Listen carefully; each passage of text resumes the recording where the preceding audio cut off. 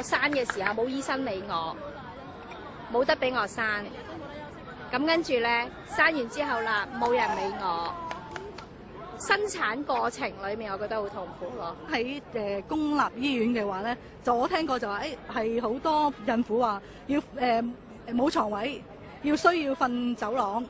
咁而我自己喺嗰個私家醫院生產嘅時候都有咁嘅情況，預約咗都話俾你聽冇床位。咁本身係諗住逼我去貴啲嘅私家病房，喺嗰個情況之下我唔肯，咁樣我話冇理由，我係因為有你無啦啦收多一來孕婦，我要俾咁貴嘅錢。咁而家我擔心完啦，都生完啦，咁我係咪應該擔心學位啦，佢嘅醫療啦？如果唔係因為咁多小朋友嚟同我呢個小朋友爭學位，所有好多嘅資源，我會願意再生多幾個咯。但係你知唔知而家我呢個小朋友去考幼稚園嘅時候，我要同幾多個大陸嘅家庭嘅小朋友去爭學位嘅訴求啦、醫療嘅訴求啦，甚至乎好多將來嘅住屋問題，甚至乎而家都話有一啲嘅雙非兒童喺香港申請呢一個綜援咯。雙非父母人口嘅時候更加點解佢兩個都唔係，佢又冇喺度交稅，咁點解佢喺度生產嘅時候，我哋要將香港人本身俾錢去維持嘅資源，點解要分俾佢哋咧？本身嗰個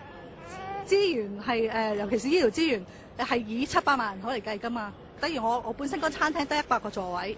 咁而家佢因為嗰度俾咗個佢俾咗其中一個座位嘅錢，但係佢冇增加個資源，係將100個座位加咗50個去。咁150個座位，但係原生嘅資源冇增加嘅時候，除開條數都係少咗。最主要都係反對，如果爹哋媽咪都唔係香港人，而佢哋冇為香港帶嚟任何貢獻，而生嘅小朋友喺香港拎到呢個出生證明居留權咯。如果佢爹哋媽咪可能係專才嚟嘅，經過呢一個優才嘅，可能嚟到香港嘅，咁其實佢同一般其他國籍嘅市民都一樣，我哋唔會特別去歧視佢哋嘅。我哋唔係政黨，搞政治又唔係我哋嘅職業，點解我哋個個要企晒喺度？點解？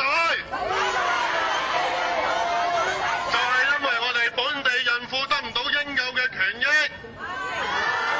呢個問題大家都睇到，非法入境、逾期居留、衝急症室，呢啲人係為咗啲乜嘢？身份證。